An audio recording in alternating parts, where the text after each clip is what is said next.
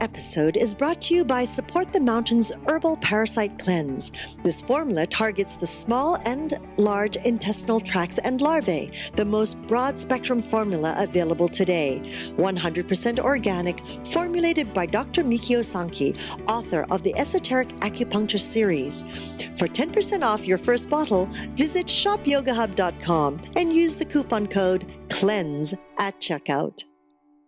Hello and welcome to YHTV's Trinity of Life. I'm Christina Souza Ma. Thank you for joining me today on our show. It's a very, very special day. It's been a very special weekend as we have been so honored by special guests from Tibet this weekend. And if you see some of our shows on Magical Medical Tour as well as Trinity of Life and Meditation Madness, you will have the joys that we have had this weekend. So today we are going to speak to, and honored to speak to, Rinpoche Tepo Tulku. He is going to share with us the life of a Rinpoche. What is a Rinpoche? What does it mean to be a Rinpoche? So during this time, if you have any questions or comments, please be sure to just scroll down your screen, type it into the comment box, and be sure to click submit, of course. And if you have any questions for him, we will definitely pass it over to him and send you his comments in return, or give us a call at 818-LETS-TALK, 818-LETS-TALK, and be sure to leave your contact information for us. So please feel free. We love your questions and your comments, and I'm sure our special guests will as well. So without further ado, let me welcome, and we're so honored to have with us, Rinpoche Tepo Tulku. Thank you. Thank you for being with us and blessing our community, Tepo. Thank you. Thank you. Thank you very much. So, Tepo, a Rinpoche. Yeah.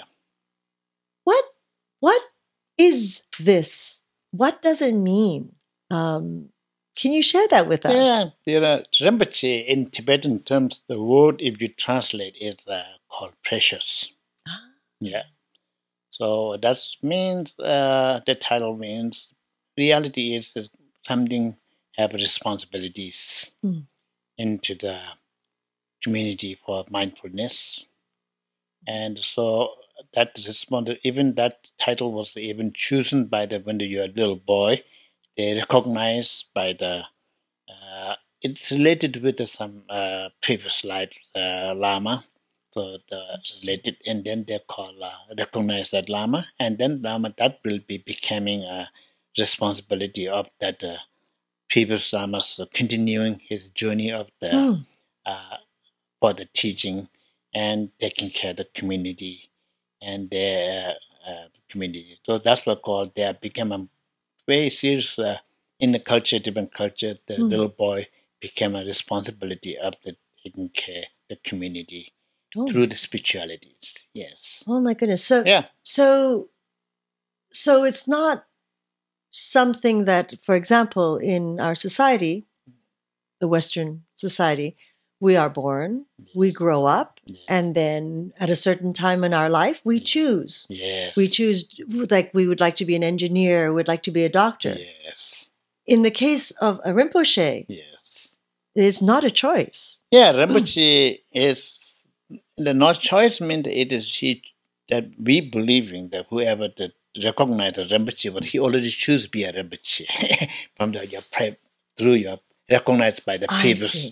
Because in the Tibetan culture, that the previous Rinpoche passed away, he promised he continually wanted to be journey for that Rinpoche's his taking care of the community or sentient being. So that's why if he's for example, like I'm an 8th Rinpoche of Tepo Tulku.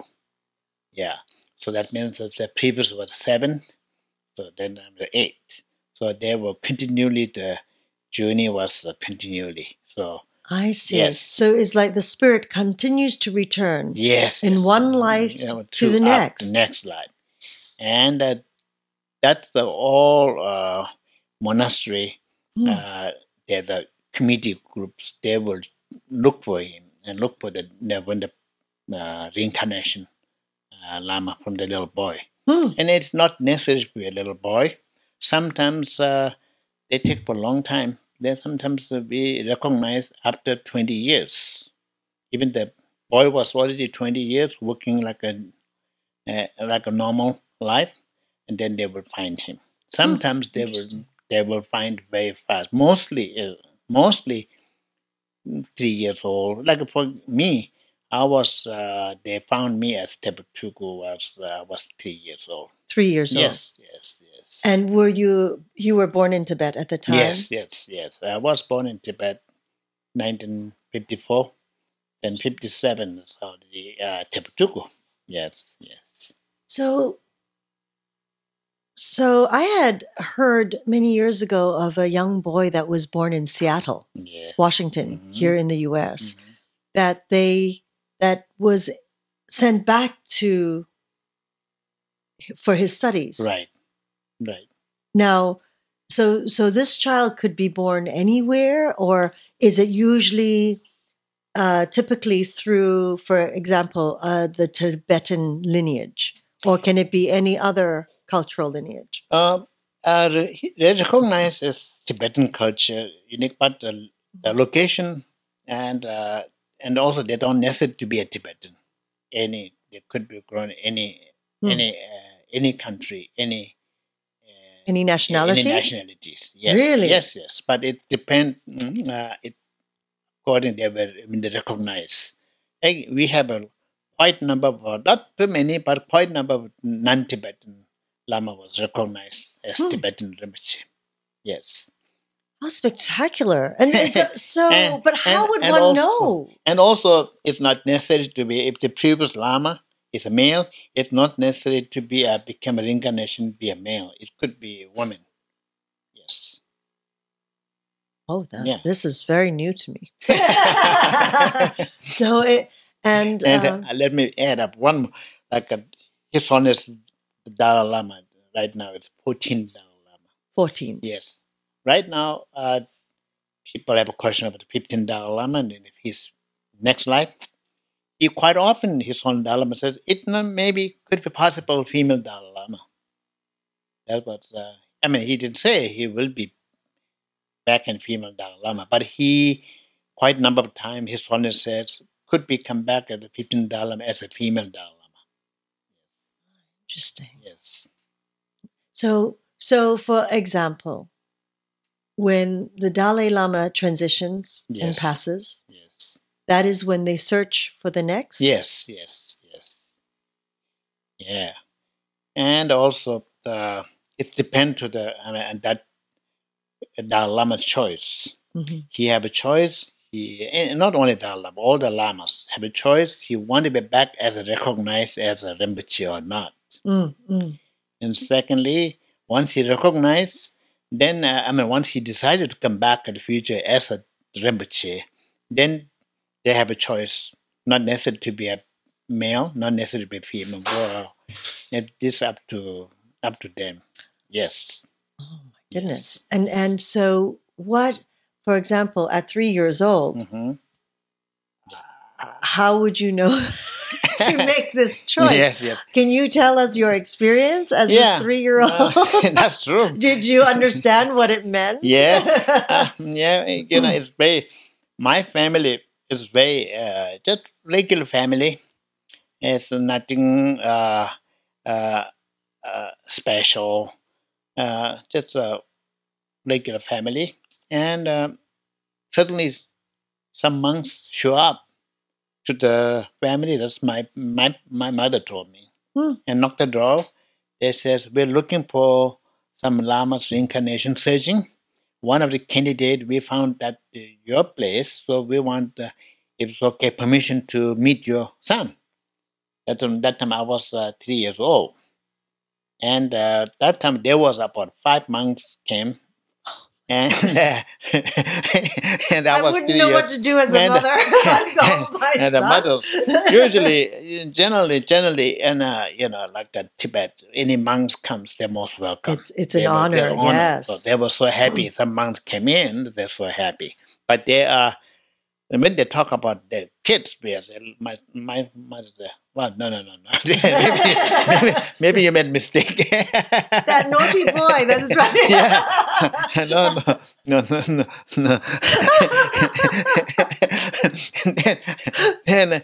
then in that 5 months, there is a one monk is one of the attendants very close of my previous deputy Rinpoches.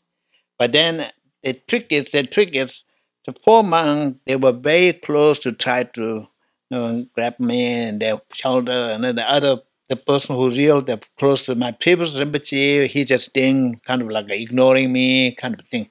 But I was straight to jump on his lap or something. It was like so much kind of impression I show, so much like seeing like some kind of like a so bond. much, bonded. Oh. And then he could not control. His tears came out. That's what my mother was says. This is just one of the simple kind of test. But that was actually didn't come for the really test. That's coming for looking for the candidate. They may have a number of the candidates. So they just came the first time visit. So their first visit went very, very emotional and very special. And also my mother was kind of like surprised because I just jumped on that particular monk, and doesn't even mom said, come back, don't, like usually the kids to play with the monks, parents want to be respect the monk. They say, come on, go, So anyhow, so that was how it started first. Yeah. Then after 3 months, the monks came back, and there was more attention. Then they start giving me more tests to psychologically, and also a lot of objects. You have to. Most of Tibetan lamas, I mean, there is some deeper level. There are different high lamas. They do the definitions, and they also have a different inner level where they're approved. But ordinary way, then they bring a different object. The previous lamas, a lot of objects, and mixing with the similar object, and then the kid has to choose the right one. It's almost like if there was a group of keys or something, they would put the different ones on the table. And then the kids see which one the child they will just let's see what the child's reaction, what he going to do, or those kind of things. They're very taking they take very serious because they have to take serious because that little boy is going to be the head of one of the monastery and the community. So this and Tulku or Rinpoche institution is take very, very serious. Yes. Oh my goodness! That's and my parents. My father is really. It doesn't care much. Okay, you want to take my son? Go ahead. Mother, no. I don't blame her. I know what she feels like. And she had so much mixed feeling. Mixed feeling because our culture.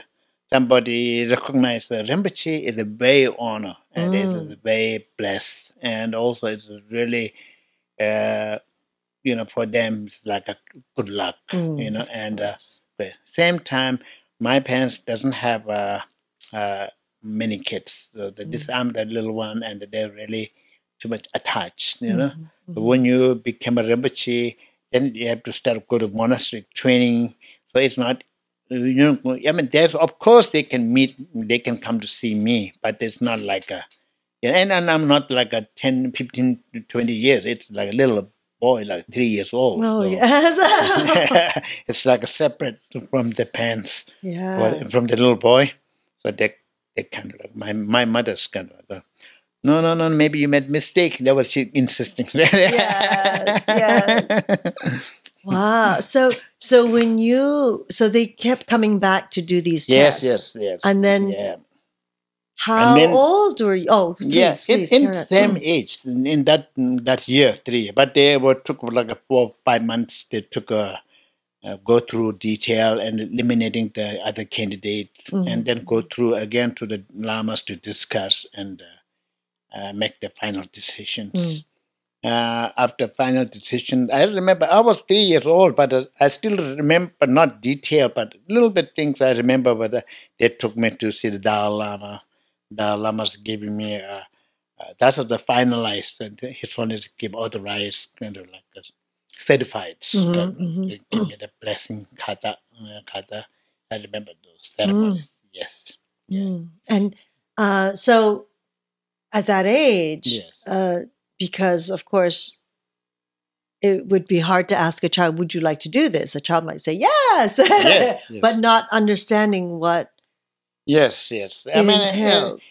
Yeah, of course, I'm not understanding of the exactly, exactly, but at the same time, I have a kind of like a no fear to go with no fear, and have a very comfortable. That's what very comfortable.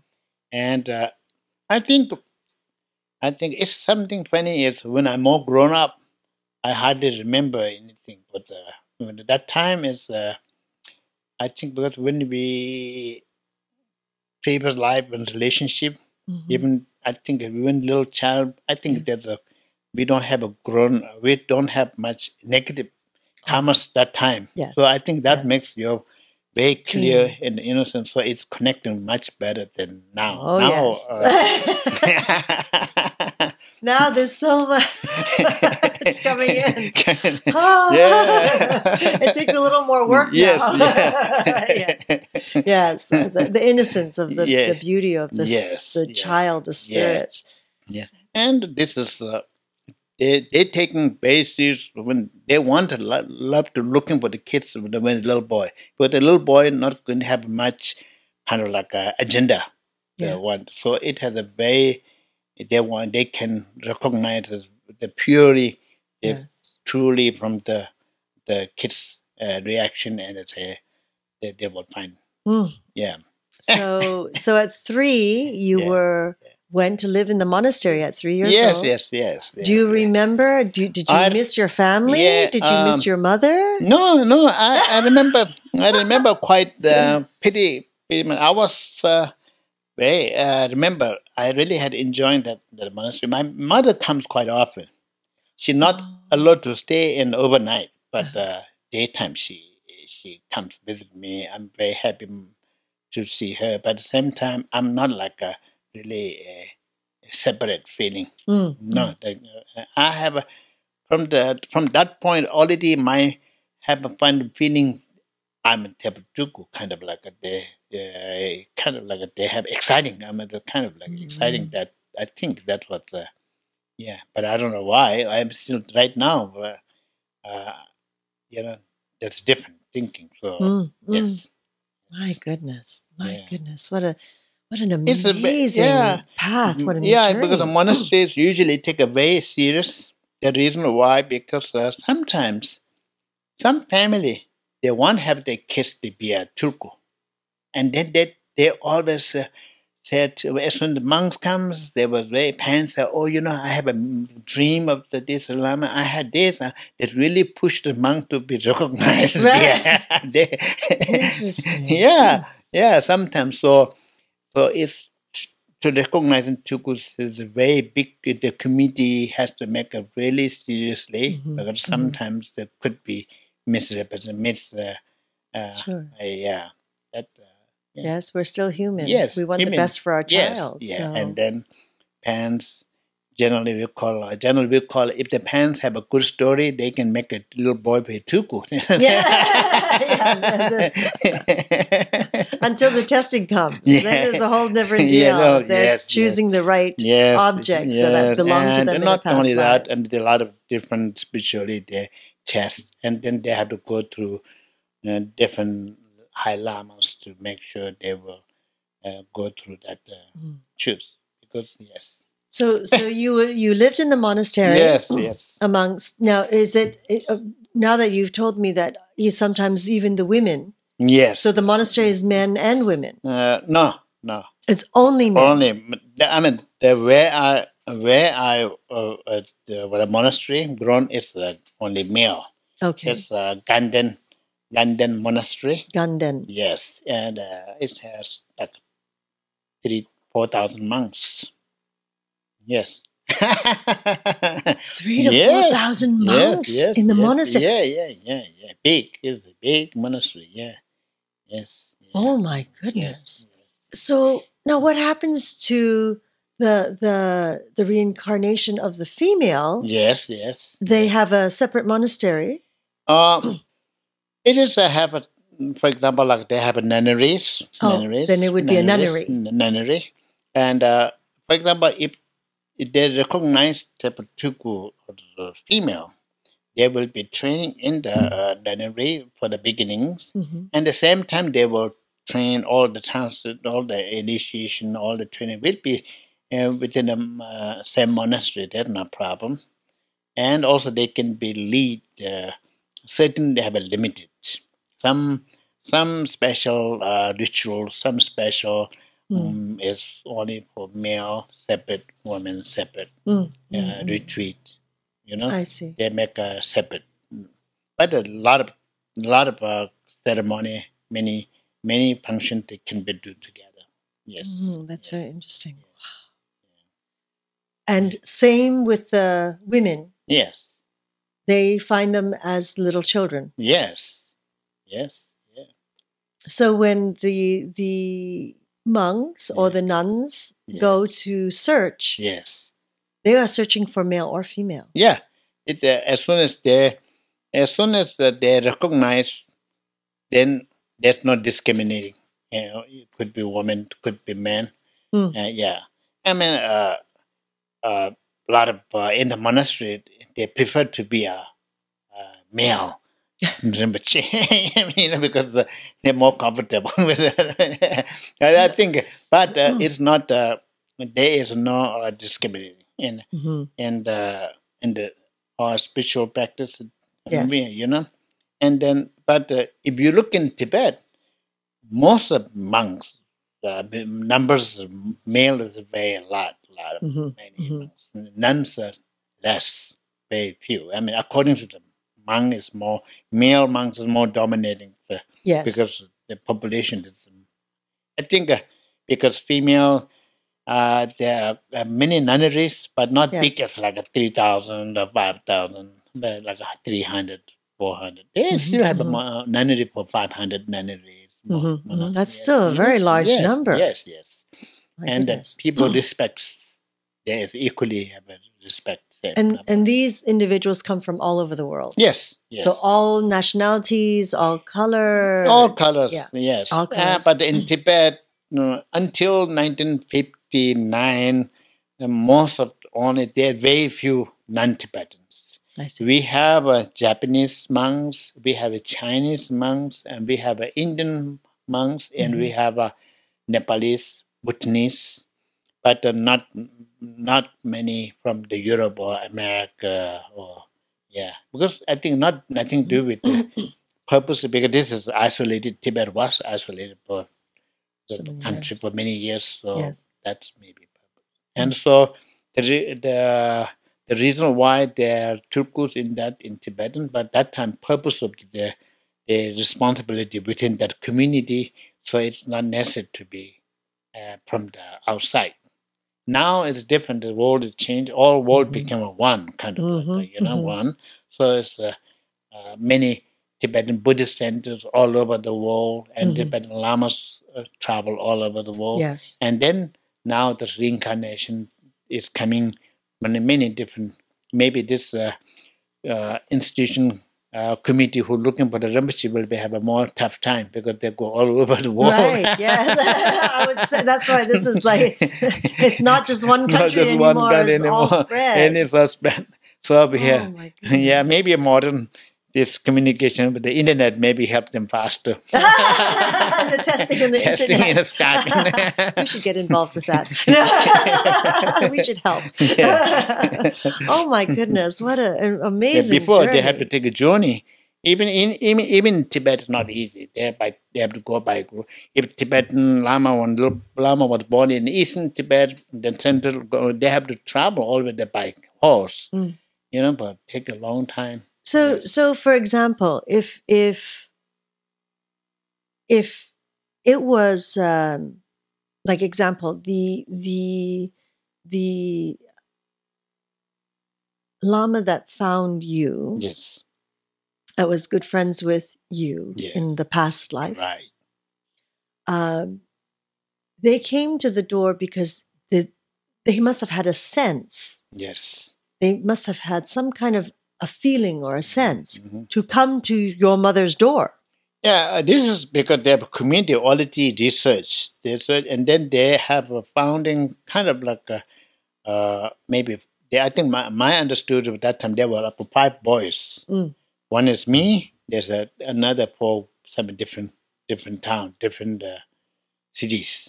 So that's through the definition of the lamas, through definition of their dream and the environment. And then there was some lamas can dream about the geographical location, some close by. And then these people go that village looking for how many kids were born that time. So if they says maybe 3 boys in that village, they're born in that area, that timing, then they will go look for all those kids. I see. Then they have to make the decision from there. Yes. And if your parents said no, yeah. They can say no. Your mother and father can say no. We don't want our son to do this. If they, I don't think that any 100% people reject it, but mostly many parents they said no. Yes, that would be. It's not because they don't believe. They think like 2 different ways to say no. One is generally Tibetan culture is very humble. Humble is our culture. Somebody offering you some kind of special honor, something there. No, you're making a mistake. There is a much more somebody there other than me. Please first look to the others. Oh, I see. Yes. Yeah. And second, my mother really, she really had, she thinks maybe have a lot of attachment, and that also affect. Effect too. Yes. My goodness. Humble, attachment, and also a little bit exciting and a little bit shocked. Oh, oh yes. I can feel for her. Oh my goodness. So you would go through training? Yes. And then you would still be able to see your family? As you got older, of course, and still recognize them as your parents and your family. Yes. Now, is it customary in that when you are a monk or a nun, that there is no marriage, there is no family for you? Yes. In the means of your family is community. Right, yes. It's in the Buddhism, Tibetan monastic culture, is you have to be monk. Monk means you have to be no marriage, and also we stay. Communities monks together to training until you become more confident and become. Then once you are training finished, then you go. The purpose of the monk or training is not just stay in a monastery. It is something benefit, but in being teaching or community service. It's not necessarily only teaching. So it have to be involved with the societies. Yeah, societies. Yes. But while you're training, you are spending most of your time in a monastery. And so, for example, and I can only give this example because I know being raised Roman Catholic, being raised, and my understanding, of course, is with the Roman Catholic culture and society, where the priests, they are ordained, then they spread and they go out into the world and they preach but they usually have a church. Yes. A church. I know some Buddhist cultures Yes. have temples. Yes. Yeah. Now, in your case, Yes. you're living amongst community. Right. You are here in Yeah. beautiful Santa Barbara, Yeah. amongst community, teaching. Yeah. So you don't have the church. Right. Then how are you supported? Yes. That's I do. Tibetan monastery. We have the monk. To be a monk, it has a semi monk and full monk, full vow monk. Semi monk means until, like America, you have a California driver license like at age 21 or something. And it's similar. Until 20 years old, all the monks, they can have a full training, but they cannot take a full vow. The full vow will be taken when you become age 20. Once you become age 20, then you have a right to take the full vow, or you still can keep the semi-monk vow for another 20 years. It's Or you stay for your life a beginner's certificate, yeah, right? yeah.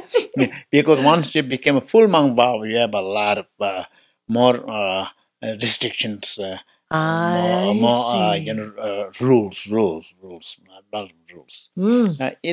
Then my case, I became 20 years old and I took my full vow, and I really want to be a full and dedicating for my life be a monk. Yes. But then later I changed mine. So I give up my monk vow. We still have a Rinpoche. I'm still keep my Turku, but I teach. But at the same time, I'm a lay Buddhist Lama. The Buddhist Lama. I choose. Because the reason why I choose is my particular case, because after 1980, I mostly I live in India, was away from the monastery. Yeah, I travel a lot, and I do a lot of work for the library, and I have a lot of interest to do learning a lot of many things.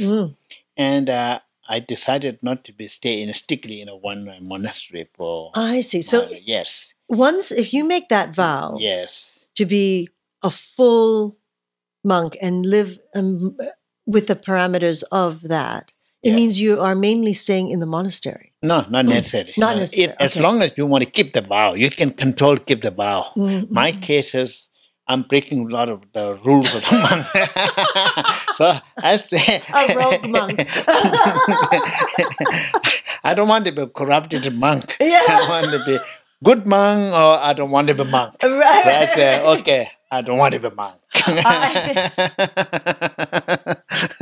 Okay, that's good. Yeah. I see. Yeah. So when you give up the monk vow, there are two differences. One, you give a monk vow means in future you want to be a monk, you can be back to be a monk. I see. It's like a general, like a similar. You work in a company. If you did a good job, and then some personal reason you want to leave the company, but still door will open for you to come back. Yes. Or you violated your company work, or something happened, they fire you. You want to come back, they says you are blocked. Similar. System is similar. You be a good monk and you did your best, and today is some reason you don't want to be a monk, you offer your monk vow to the back. And then you are a lay person, you're still Buddhist, you're still Lama, but you're not in the monastic community in there. Yes. But in future, some reason you want to be back, there's doors open. You're eligible. Right. You're eligible. But and the very interesting is when we become a monk vow, they have a lot of rituals to do, and their questions, and they give it a full monk vow. It's taken very serious. The abbots and the 4 monks and all together. With the day you don't want to be a monk, you need only one monk to talk to him. You don't need to go to monastery. You don't need to go to temple. Just someone who can hear you well. Then you give up your monk vow that you're done. Simple. Very simple. After so many years of training, yes, it just takes one conversation. One conversation that even there's no punishment, there's no any go to the monastery to get permissions, or you don't need to go fill a form, so nothing. As long as you, from your heart, generally speak to one monk, and make sure the monk also not. You have to make sure he's listening. Yes. He understood what you. He might be say, encourage you back. Maybe you should have more days to think about this, blah blah. But then, no, I decided. Oh, that's it. Interesting. Yeah. So that's very. But that's that I honor that because we are still human. Right. Yeah. Same time when you're monk, if you within your monk, if you broke the rule, there are four principal rules. I mean, we are monk doesn't mean monk is doesn't mean today you become monk, tomorrow you're not enlightened. We are same human being. I mean, that's the only purpose of monk meant you change your style. You are making a different yourself to make a better opportunity to then have more better opportunity to study more, to understand more, and you have a lot of opportunities. And but still you're a human being. So sometimes there are some monks that get naughty monks. You're not surprised. A lot of people say one monk get monks. They're trying, but sometimes they're the same human being. Yes. But they have a vow with respect for the vow. The difference is of respect. They have a good vow, but there are four principal vow. It's like a stealing, and then also the monastery is very serious matter of the sexual misconduct and adulteries, and then the last one is called lying. The lying. The lie is there, but lie is not like a white lie. There's a one lie is a very seriously taken matter. That is we call if the monk he doesn't have a special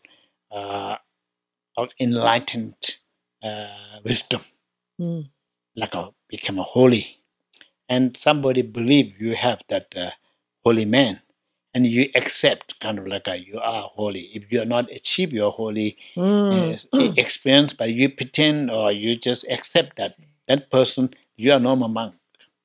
That is the ultimate lie. Yes, ultimate is to lie. Pretend that you are. Yes, because very easily within a community when you have a monk shaved and monk robes and do some. A lot of people believe, oh, he's a holy man. Must be a Buddha enlightened. We need to listen to anything for what he said. And then he accept that what they really believe. Then you're a normal monk. Interesting. Yeah. Interesting. Yeah. Wow. But I didn't. I mean, I didn't do those kind of things. But it's still very hard for many rules. It's not easy for me to keeping the vows. So I said I had a very good opportunity and a good learning timing, education, and my time. Maybe I can serve something different, a different way. Now I feel pretty comfortable be as a lay lama. I become more like within Tibetan. It's more like a bridge between Tibetan lamas, monks, high lama, and between the younger generations Tibetans. Oh, wonderful! Yeah, because some reason Tibetan lamas travels well known. There are a lot of formal, very people respect, people too much respect, and then they get lack of the connections. And because physically, when they were too distant, they put the new younger generations. I see. It's like us. It's more. They are very comfortable. Yes, they can just talk to and comfortable. So that was my. I'm happy for that. So it's just a different path from the very strict path that a Lama might choose to walk, that have hold on to the vows strongly. Yes. So you keep that in your heart, but you've just chosen to continue to work with community and be that link. Right. And I choose, and of course I got a number of times, got opportunity. People, some temples, Tibetan Buddhist centers, some temple offer me to stay in the temple to continually translation, to do a little teaching. But I choose myself to live individual, independent. Freelance. The freelance monk. First it was the rogue monk, now it's the freelance monk. Lama. That's wonderful. Oh, that's good. Yeah, I go temple a lot.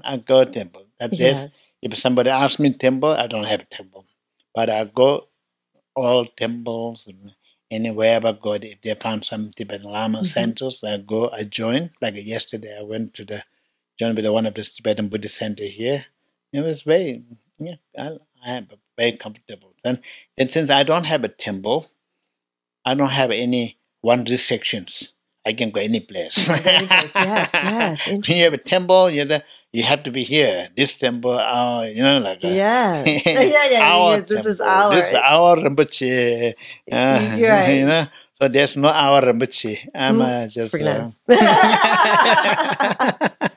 That's wonderful. So earlier we had spoken about the Buddhism. Yeah. And clearly your culture was the Tibetan Buddhist culture. Yes. And some people know that there is the different societies within the Buddhist culture, like the Japanese have the Zen Buddhism, the Chinese have their Buddhism. And so there's so many. I mean, are there hundreds? Yeah. There's so many different. Because see, for us, Catholic is Catholic. Yes. There's no. In a Tibetan, generally Tibetan, there is 6 different Buddhist culture, kind of like schools. Different called Gelugpa, Saika, Nyingma, Gilu, Pembo, and there's another new one coming too. It's not new, but it was newly named. Yeah. But Pembo is mainly before the Tibetan Buddhism recognized. They're called shamanism. Shamanism. Yeah. This kind of Pembo. But Tibetan Buddhism is a little bit different than shamanism, very close to shamanism, but at the same time it has a Buddhist culture influence in the shamanism practice. That's what happened is some restriction, some shamanism, very strict shamanism, they do sacrifice animals and so many some kind of rituals depending on their sacrifice. And the ones that Tibetan Pumbo was blended with the Buddhist culture, so no more sacrificing animals, no more killing, but still they do a lot of rituals, kind of like divination and spirits. Yes, there are a lot of those. Yeah. Oh my goodness! So, and then also the reason why I call Tibetan Buddhist culture, one generally, for example, like America. I think for me, people who do practice mindfulness or something, they're more like they become like 15 years old or 20 years old. Then they try to do the mindfulness kind of meditation. They're studying. But Tibetan, since baby born, that's part of their training is mindfulness. Because they teach through from the little boy how to avoid killing the animals through the showing them. They not only like but through the parents is a very important to responsibility to continue to the kids to the mindfulness, their lifestyle. So kids grown up with the understand of the killing is not good, lying is not good. There's a lot of things that they training much more in that base. Yes. So with the same 5 points, Yes, or yes, the yes. rules. Yes. Rules Yes, yes. because I know that when I had traveled to Thailand, that's what they were saying. There is these very few. It's not like the Catholic, which is, the 10 Commandments. It's half of it. Right. these are the important points. You should not kill and lie and adultery. Yes, those are the principles. Even little kids, they will learn through the parents and all the. There's not like a particular meditation kind of they don't do in a Tibetan general family, but the whole life, their movement, everything is the influence of the Buddhist compassion and not killing. Not killing is they take very serious. I think not killing they take very serious because I remember in India too many mosquitoes. So that's one of the hard. That was hard, right? That's one of the hardest. One thing that comes here, one worst part, they come even they don't take to your bite, but they come in your ear, make irritate. Oh my. So you broke the rules. Then the way keep Omane Pemehon. Omane Pemehon is a compassion, love mantra. Oh. Yeah. People, they still have like accidentally, even you kill something, not purposely, but you by doing kind of like, avoid, try to chasing the, they're very delicate, so they sometimes die. They do, they still, you have a kind of like a regret, and some prayer for that comes automatically. Oh, I see. And what is that prayer? Om Mani Padme Hum. That's a Buddhist sort of compassion. Om Mani Padme Hum. Om Mani Padme Hum. That's even little boy kids, they go Om Mani Padme Hum. You say it first. I have to teach that to my son. Not all the time. Not all the time. Sometimes. I see why you gave up the vows. So it's still your motive inside, it's not attention to kill. Right. So attention is a very, that's serious. It's pretty serious. Yeah. But if it's, hence why a lot of the Buddhists are vegetarian. Right. Is because they don't want to. But Tibetans are not vegetarian. Tibetans are not vegetarian, even though you were saying 97% is Tibetan, Buddhist. Tibetan, they are now. It's in Tibetans in Tibet. Yes. It's very culturally, it's not vegetarian. They very serious for not killing, yes, but vegetarian they eat meat. I think because of the Tibetans first grown also like nomadic life, parents and the culture, and also it's not easy as like here vegetables not growing that much. I see. Because of the climate, there's not. Yeah, and also they kind of like trick. They call you eat the meat, but you cannot eat the meat if somebody killed locally.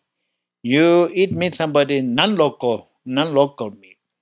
Yeah, it's kind of like a little kind of trick.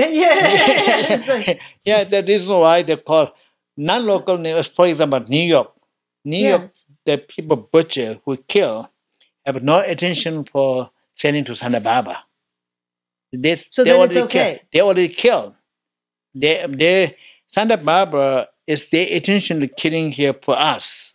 Purposes for us. So we buying is because the more you buy, the them. It's still like just kind of like I think that's an excuse. It's an excuse. Feeling better, like feeling a little better. That's our culture. Just say the blessing. It's okay.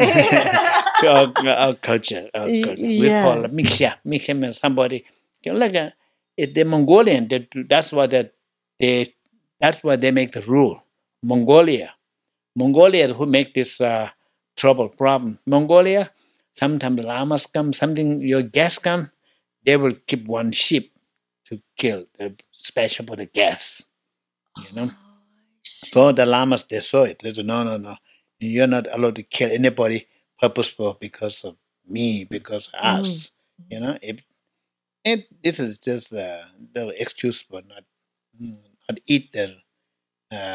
So, like for example, for me, I eat the meat from the department or whoever. Those meat are not from Santa Barbara, and those one I don't know how long they've been. Maybe last year somewhere. You know?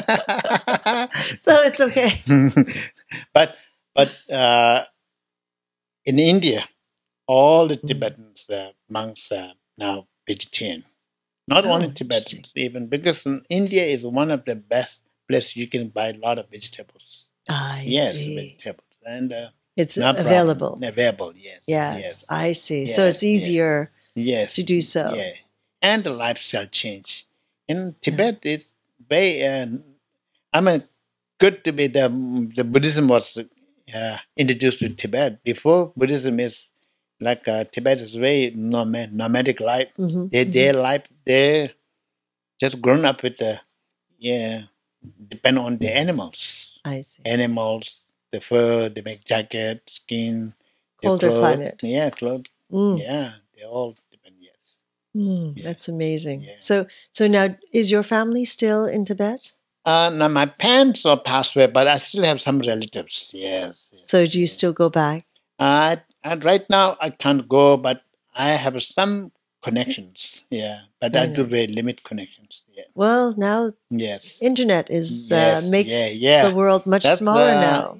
Much easy. Yes, easy. Right now, we can connect through the telephone. You know. Yes, that's wonderful. Yes. There's certain there's the good is also the pros and cons of everything. So that's one thing about technology that is really wonderful. Like our show, we can broadcast all over the world. Right. It's okay. Yes, and good thing being in touch. We can like you say, it's very good thing is we can really connect well. Yeah, it's good thing, and everything is balance. Yes, you need balance. You need some love and compassion kind of generating. Then, no matter whatever you have, modern technology will become a very meaningful. You know. So if you don't have a base, you're developing your inner your insight. No mindfulness. You're too much ego or anger, or then all those modern technology become a very serious dangerous. Yes. So that's all. No matter what this is our spiritual develop is very important. That's what I think. Yeah. So now, as a lama, still not the strict lama, but the freelance lama. I love that. Your goals, your purpose now, your journey from Tibet. Now you're here in Santa Barbara. What is the continuation of your work? Yes,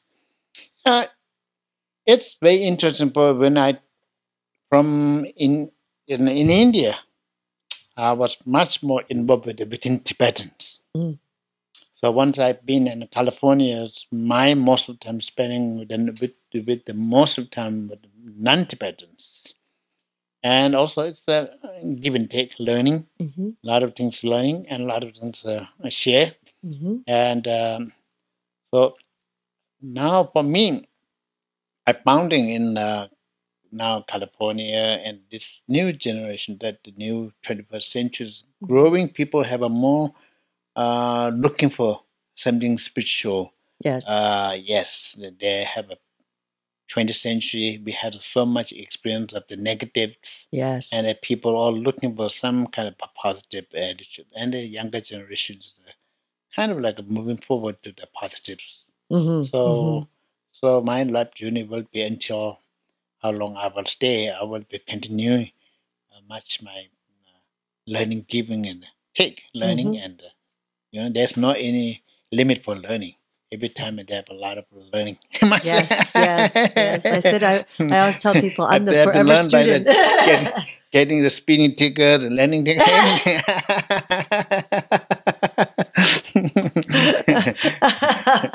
Yes, what do you do then? Yes. Yes, and the parking tickets. Parking tickets, that's really So that yes. means your awareness is not, you're not concentrating your, parking meters. So you Right. get tickets, you learn. Yes, daily life. Daily right? life. Daily life. Yeah. So a lot of daily lives learn not necessary to be meditate. A lot of things through discipline. Yes, it's true. Oh my goodness. So do you lecture? Do you lecture in Yes. schools? Yes. Or? I do lecture, and I did a lot of. I have a class I teach sometimes, and also I do. And when you teach, you say you teach what subject? Tibetan Buddhism. Tibetan Buddhism. Tibetan Buddhism, and not much really meditation. I mean, I don't know the meditation concept, because I do a little bit, but I don't like the meditation. It's not like taking too serious, because sometimes the people take the meditation. It's very good for the mindfulness. It's good for your relaxation. But sometimes if you stay too long, it doesn't help, because your mental need to be concentrated. That's a good thing about meditation. Your mental controls, and the mental will be more. But at the same time, it will distractions also. Sometimes your body forcing yourself meditation, you're peaceful. That is okay. But that level you have to bring into that experience. You need to bring into the normal life. Not only just for meditation is you are peaceful and you are perfect, and then once you finish meditation, you're a different person. And that will not. The purpose of meditation is every day you develop and carry on with your daily life. Yes, and yes. You become something you develop your inner development. So that is, so you have to dealing with the daily life is more important than just only talk about only the meditation. Yeah. Yes, I see. But here in California, especially in Los Angeles, we need a lot of meditation. Yeah. And meditation is very good. Meditation is very good, but we call our meditation. It's good to escape, and also it's very good for your generate. But sometimes people have a meditation is a very serious practice, but then they make that separate, and then you have a different next. When you don't meditate, you're not communicating. So you have to be your meditation experience has to be continuing to your daily life. I see what you're saying. Yes. So that's why what happened is daily life. You're still meditating. That's what I believe is. So meditating. You walk, you drive. We don't want to call it the drive, but we call it. You walk. Any cooking or any talking, still meditation. It means your awareness of your consciousness. You make sure to control all the negatives, and you make sure that your positives in it develops. That makes change your life and change your energy and change other people, environmental, and then that were the people who became more starting for the peace. Peaceful mind. Peaceful mind. Yes. It's really back to the mindfulness. Yes. What I'm hearing is like back to the mindfulness. Back to the mindfulness. That is the meditation. That is the meditation. Yes. Yeah. Oh, my goodness. Yeah. But I enjoying that. I really have learned a lot. Sometimes it's good to be a lay lama. I can be dealing with a more practical daily life with the daily normal people. Yes. When you become a Rinpoche and become traditional, you are way up somewhere there, and you don't get associate much time with the other normal lives. Right. And So the understanding of what people are dealing with is very different because you're not amongst right. that. Yeah. And then only thing you're suffering, you're visualizing, and you're dealing with visualizing. Yes. I'm not a visualizer. I'm in the community. I'm in the suffering myself together. Yeah, you're rolling with the rest of us. So I don't need to visualize the suffering. You're in it. I have to go like this. Or on the trains in Japan. Trying to get out from, So I get, okay, this man, it's pain here. I got here. I have to avoid here through the experience of the suffering and learning. Real experience. Yeah. When you're in a monastery, you visualize the suffering. It's very peaceful. No suffering. We have to visualize suffering. People visualize. And then you generate vision. Then you manifest it happening. That's good. I love that. That's a very good point. Very good point. So Tepa, we're coming to the end of our show here. Is there something you would feel like you would like to share with community? With all your wonderful journey and experience of the being raised in the monastery to being the rogue monk to now the freelance monk, and your journeys of suffering with us. Yes. Is there something that you would like to share with our community that, I mean, just since you have the training practice, it really helps. It really helps because something, even no matter what the suffering comes, there is some, I don't go to the anger, but somebody, it's their fault. It's some, you have some energy that you can take it, and how you can stop suffering, be away from there. That's the practice. So it's not getting anger or somebody. You're always pointing to somebody's fault, not my fault. So this is a good thing. It's being a practice Dharma is a good thing about learning yourself. You learn yourself. But generally, just a kind man. I call generally in my Facebook. I call your my Facebook? temple. I call my temple is the kindness is my temple. Oh, yes. Temple means kindness. Temple. Temple. Yes. They're not necessarily be a big temple. You have to have a temple. If you have your body, if you have a kindness, it is just your temple. So it is you are your temple. So if you make that good temple, you don't want to make what is all up to you. So good heart, kindness, very simple. Is I think this is nothing special advice.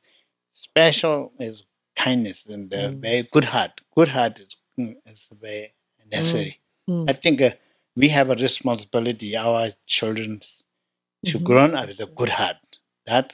And because one thing is now the world is all becoming one, very smaller. So that is very good timing to kids to understand the kindness. Once you have a kids have the good kindness and the mindfulness, this world going to be generous, very peaceful. Yes. Yes, I think that. Yeah. But you see, it starts with the adult. Yes. Because we're the ones who teach the children. Yes, so we have a responsibility. Yes. And then the younger generation will carry it. Yes.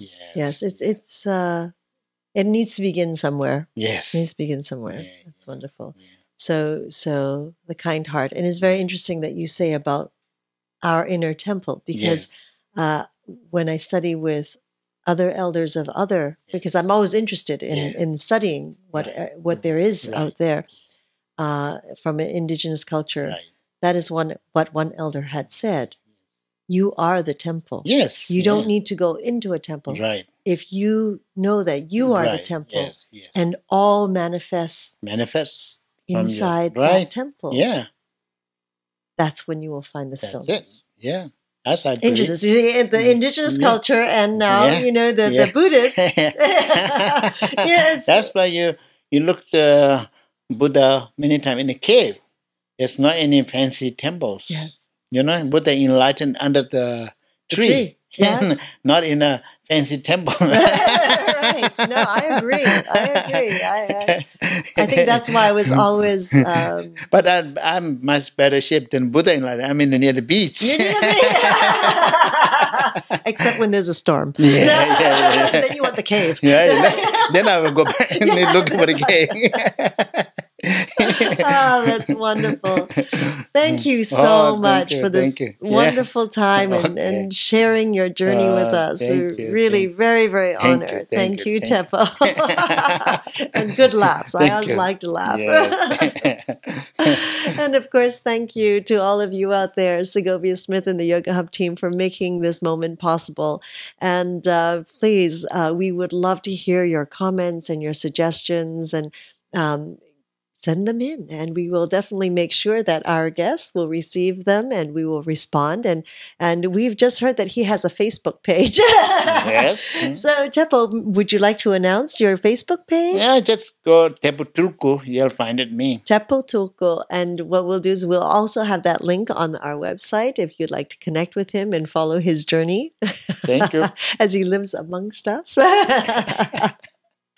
So, again, we look forward to any questions, comments.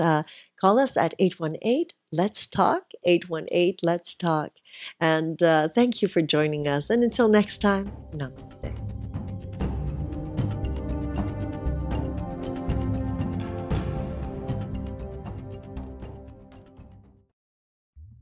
And how Tibetan medicine talk about the origin or the cause or the source of human body is, human mind is.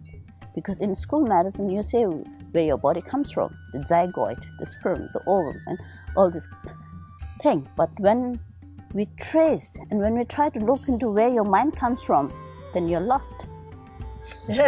So we tell them clearly. We tell them clearly how Tibetan medicine tells where you are born, how your physical body comes from the previous continent.